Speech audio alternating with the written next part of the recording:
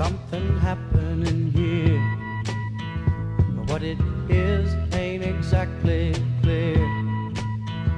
There's a man with a gun over there, telling me I got to beware.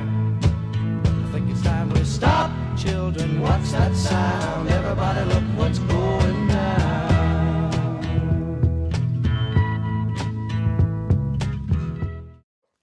When the American military got involved in Vietnam, it was used to fighting large, uniformed armies who attacked aggressively with big mobile armor in the open. The enemy in Vietnam, the North Vietnamese and Viet Cong soldiers, used a different approach. They were often without uniform. They preferred guerrilla tactics, shoot and disappear. When a conflict was over, NVA and VC retreated into the neighboring countries of Laos and Cambodia, which were both off-limits to the American military. The jungle made it impossible for large armies to move and standard conventional tactics of warfare to be used. The U.S. Army and Marines quickly adapted to a new way of fighting, using a guerrilla force by using smaller teams of men who led search and destroy missions often ferried by helicopters. As part of the unconventional approach, sniper teams became an important tool in Vietnam. The sniper, unrecognized and little deployed in World War II, found a meaning in Vietnam. Both the Army and the Marines felt it critical after the first deployments in 1965 to develop their own sniper training systems. This was due to two factors. The standard issue M16 rifle was not suited for distance shooting, and plenty of cover allowed the enemy soldier to develop effective snipers of their own. The enemy quickly realized the M16's most effective range was within 220 yards. This frustrated the U.S. infantry as they watched MVA and VC soldiers in the open with no means to kill them, save using artillery and air support, which many times would be like killing a fly on the wall with an M16. Overkill. The search and destroy teams needed a way to protect where they were going and their flanks. Sniper teams made the mission safer by adding another level of protection and offense. Ironically, snipers were rarely used for lone wolf missions to kill a ranking officer as portrayed in movies and good novels. According to Lieutenant General Ormond Simpson, it makes good reading, but it is purely fiction, and not very good fiction. These factors led both Marines and Army to develop sniper teams in Vietnam. Marine Captain Robert Russell of the 3rd Marine Division, with 22 years of experience, led the Marine development by recruiting the best personnel. He wrote procedures and plowed out a rifle range of 1,000 yards to train personnel in the art of sniping. The Army did a similar thing. The Marines' gun of choice was a Remington 700 with a scope built for military use. The Army used an M14 with a scope. The M14 was a derivation of the M1 used in World War II, so it had plenty of solid history. The ammunition of choice was the NATO 7.62 mm round, often referred to as a .308 round for civilian equipment. This round was bigger, with more weight and plenty of stopping power. The M16 used a lighter NATO 5.56 mm round. The sniper had to be in excellent condition because they needed quick reflexes, muscle control, and stamina.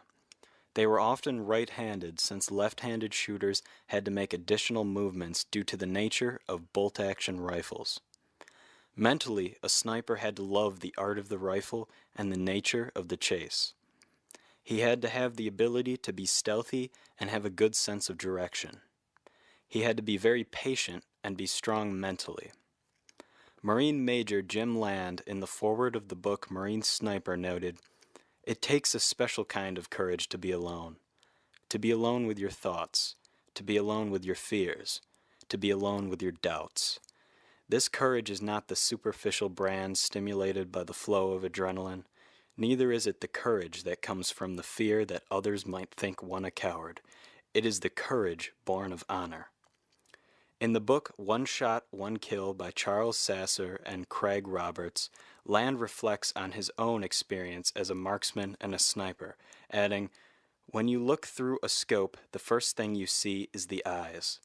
There is a lot of difference between shooting at a shadow, shooting at an outline, and shooting at a pair of eyes.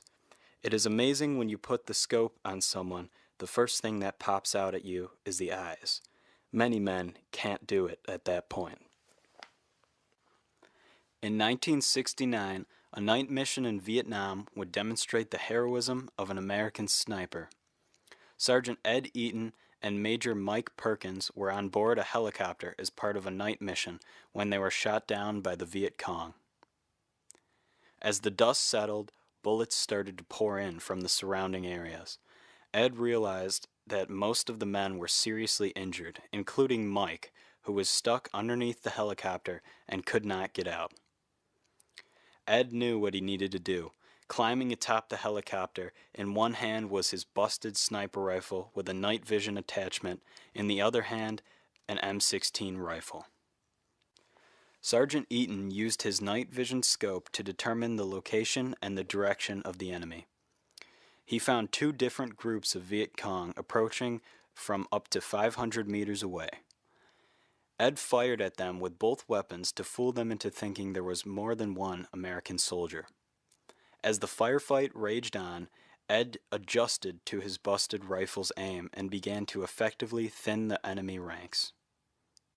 Two helicopters showed up to pick up the wounded. Mike, however, was stuck and too injured to board the choppers.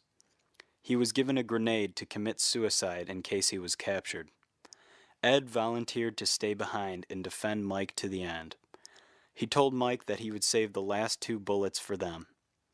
Ed continued to fight upon the unending assault of the Viet Cong until they were both rescued. Both men survived. While the United States won every major battle with North Vietnam, the war was considered a loss. Few military publications studied the effectiveness of the sniper in Vietnam. In fact, many records were lost due to lousy record keeping and the Tet Offensive of 1968. However, many publications of individuals in and out of the military believe that the sniper was very effective and had a vital role in Vietnam. 1,250 snipers took down 13,000 enemy combatants, which is an extraordinary kill ratio. At the very least, you could surmise that the number of enemy killed by the snipers saved many American lives.